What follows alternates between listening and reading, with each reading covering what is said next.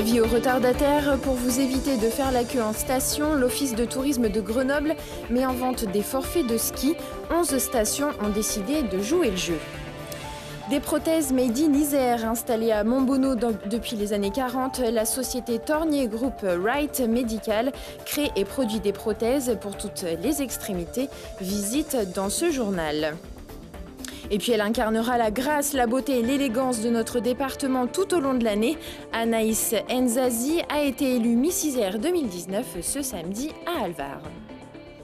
Bonsoir à tous, bienvenue. Dans ce JT du lundi 11 février 2019, toutes les heures à partir de 18h, 10 minutes pour faire le tour de l'actualité du Grand Grenoble. Mais avant, on revient sur cette violente agression survenue vendredi vers 16h30 à la sortie du lycée Mounier à Grenoble. Un enseignant de 56 ans a été victime d'un guet-apens. Il a été roué de coups par 3 individus encagoulés qui l'attendaient à la sortie. Profondément émus, les enseignants et les personnels du lycée ont décidé d'exercer leur droit de retrait ce lundi et ce mardi 12 février. Un grand rassemblement de soutien est également prévu mercredi à partir de 7h45 devant l'établissement pour dire non à la violence. La neige est bien là, recouvrant de son manteau blanc tous les sommets autour de Grenoble. Du pain béni pour les amateurs de glisse de l'agglomération, mais aussi pour les premiers touristes qui déferlent depuis ce week-end dans nos stations.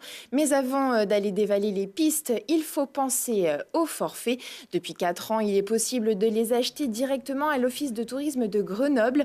La métropole compétente en matière de tourisme depuis 2014 propose même des tarifs promotionnels. Bref, un gain de temps, mais aussi d'argent. En réalité, c'est la 4e saison que nous vendons des forfaits de ski à l'Office de tourisme, ce qui facilite le parcours des clients. Évidemment, on comprend bien. Acheter son forfait de ski ici à l'Office de tourisme de Grenoble-Alpes, c'est éviter les files d'attente en station et c'est sauter directement du véhicule, les skis aux pieds sur les pistes. Donc c'est profiter encore plus de sa journée. Nous avons cette année noué un partenariat avec 11 stations sur les 4 massifs environnants de la métropole, la seule métropole de montagne qui mérite désormais véritablement son nom. L'offre est importante, il y a 80 forfaits différents avec autant d'offres commerciales en direction des jeunes, des débutants, des moins jeunes, des expérimentés, des seniors, des offres qui comprennent parfois aussi une place de parking privilégiée. Voilà, il faut venir à l'Office de tourisme métropolitain de Grenoble-Alpes pour découvrir cette offre. Et la saison dernière, 430 forfaits avaient été vendus par l'Office de tourisme de Grenoble qui espère en écouler le double cette année.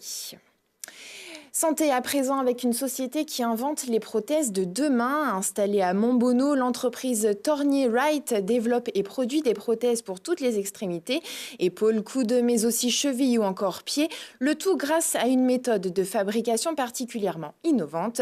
Visite avec Laurie Baillet. La société Tornier du groupe Wright Medical est spécialisée dans les prothèses orthopédiques des membres supérieurs. C'est ici à Montbonneau, dans son centre R&D et dans son usine de production, qu'elle conçoit, fabrique et commercialise ses implants pour le monde entier.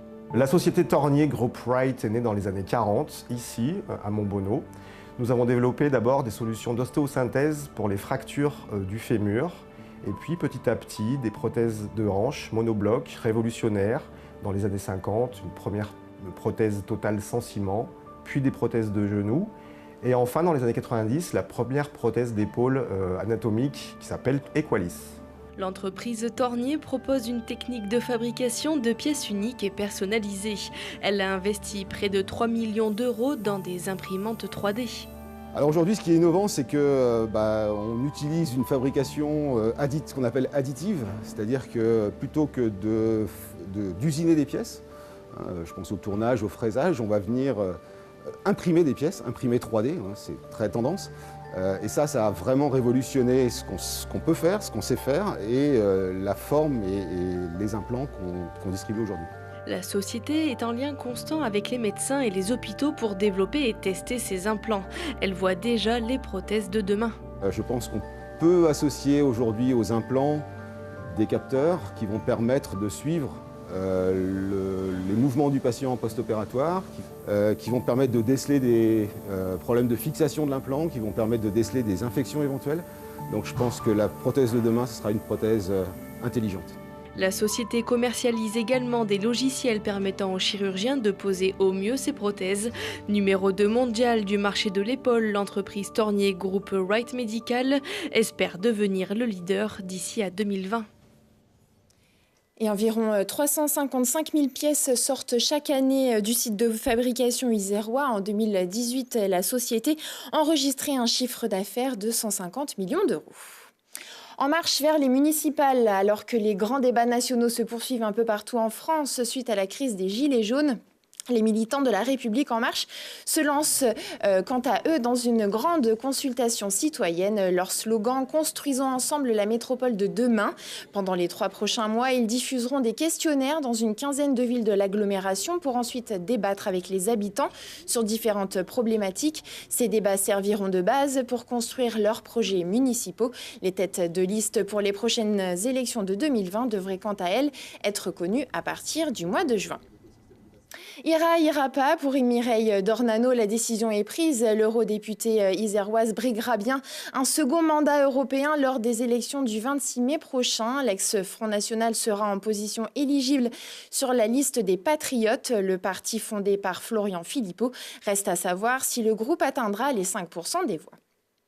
Elle, les 5% des suffrages, elle les a allègrement dépassés. Anaïs Nzazi a été sacrée Miss Isère samedi soir à Alvar devant plus de 1200 spectateurs. Une couronne reçue des mains de l'actuelle Miss France. Parmi les 16 candidates de départ, c'est la Grenobloise qui a su faire la différence. Un rêve devenu réalité pour la jeune femme de 21 ans. Je pense tout simplement à aller le plus loin possible et vraiment à représenter l'Isère en Rhône-Alpes. L'Isère, c'est mon département de naissance. Donc du coup, ça me fait vraiment plaisir en fait de représenter l'Isère déjà et de montrer qu'en Isère, oui, on est nombreuses, on est toutes différentes, on a toutes le potentiel et on est toutes belles, donc on est toutes des vraies femmes. Et le prochain défi d'Anaïs, remporter la couronne de Miss Rhône-Alpes pour espérer un ticket pour l'élection de Miss France 2020. Amateurs de bonnes affaires, ne ratez pas ce mardi et mercredi la traditionnelle braderie du Secours populaire. Près de 1000 mètres carrés de vêtements, chaussures, accessoires, linge de maison, mais aussi des livres et des jouets. Le tout à tout petit prix, l'occasion de se faire plaisir tout en soutenant les actions de solidarité de l'association. Rendez-vous donc ce mardi au Prisme à Cessin de 16h30 à 21h et mercredi de 9h30 à 16h30. L'entrée est à 2 €. On ouvre la page sport à présent et ce véritable test match pour les BDL. Les hockeyeurs grenoblois affronteront les Scorpions de Mulhouse ce mardi à la patinoire Pôle Sud. Une rencontre un peu particulière pour les frères Treille puisque Sacha, qui fera son grand retour après 11 ans d'absence, sera confronté à son grand frère Yorick, le nouvel entraîneur des Alsaciens. On a déjà joué l'un contre l'autre pas mal de fois. Quand on était en République tchèque, lui il était au Sparta, moi j'étais à Kladno, après j'étais au Sparta, lui il était à Komutov, donc on l'a déjà fait, mais en tant qu'entraîneur ce sera une première parce que maintenant il est entraîneur, donc pas de cadeau, surtout que c'est un match assez sympa parce qu'ils enchaînent une série de 8 victoires d'affilée, donc est-ce que c'est nous qui allons arrêter cette série? Je ne sais pas, en tout cas on va essayer. Et le coup d'envoi du match sera donné ce mardi à 20h. Les Brûleurs de Loups sont actuellement 2e de la Ligue Magnus. On jette un coup d'œil dans le rétroviseur avec les résultats du week-end et notamment en tennis avec d'un côté l'Engie Open de l'Isère pour les filles et le premier trophée de la ville de Grenoble pour les garçons. Les finales avaient lieu ce dimanche sur les cours du Grenoble Tennis. Les spectateurs ont pu assister à 2 rencontres bien différentes. Une finale dames à sens unique qui n'a pas souri à la française Harmonie Tan, balayée en 2-7, 1-6, 4-6. Par la russe tête de série numéro 1, Vitalia Djatchenko. Chez les garçons, il y a eu du beau jeu, de l'intensité et même une touche de suspense avec au final la victoire du français Lenny Mitiana qui bat le belge Yannick Mertens, tête de série numéro 2 en 2-7, 6-3, 7-5. Je suis contente, je n'ai pas lâché aujourd'hui. Encore un autre match avec des hauts et des bas, mais c'était un très bon match. Tout allait bien aujourd'hui, le public était super, ils m'ont aussi encouragée et pas seulement la joueuse française. J'aime ce tournoi, j'y ai pris du plaisir, c'était très bien pour une organisation de cette taille, la logistique, les sponsors, tout était très bien. Tout le monde était gentil pendant le tournoi, donc je suis heureuse, c'était une bonne semaine. C'est vrai que voilà, j'ai vraiment bien joué sur cette semaine et même sur les semaines précédentes. Donc voilà, je suis vraiment content, je suis sur une bonne dynamique, j'espère que ça va continuer. Franchement, pour une première édition, c'est vraiment top, quoi. Si en plus, souvent les premières éditions, des fois, c'est pas évident. Là, franchement, j'ai rien vu de... Je pense aussi que j'ai rien vu de choquant, quoi. C'était vraiment top, quoi. Après, je pense que le fait qu'il y ait déjà eu un gros tournoi féminin, ça aide aussi. Mais voilà, vraiment, en plus, c'est pas évident d'avoir une édition à la fois pour les femmes et une nouvelle édition pour les hommes. Je trouve que ça a été vraiment très bien géré. Et voilà, quoi. Franchement, félicitations au tournoi.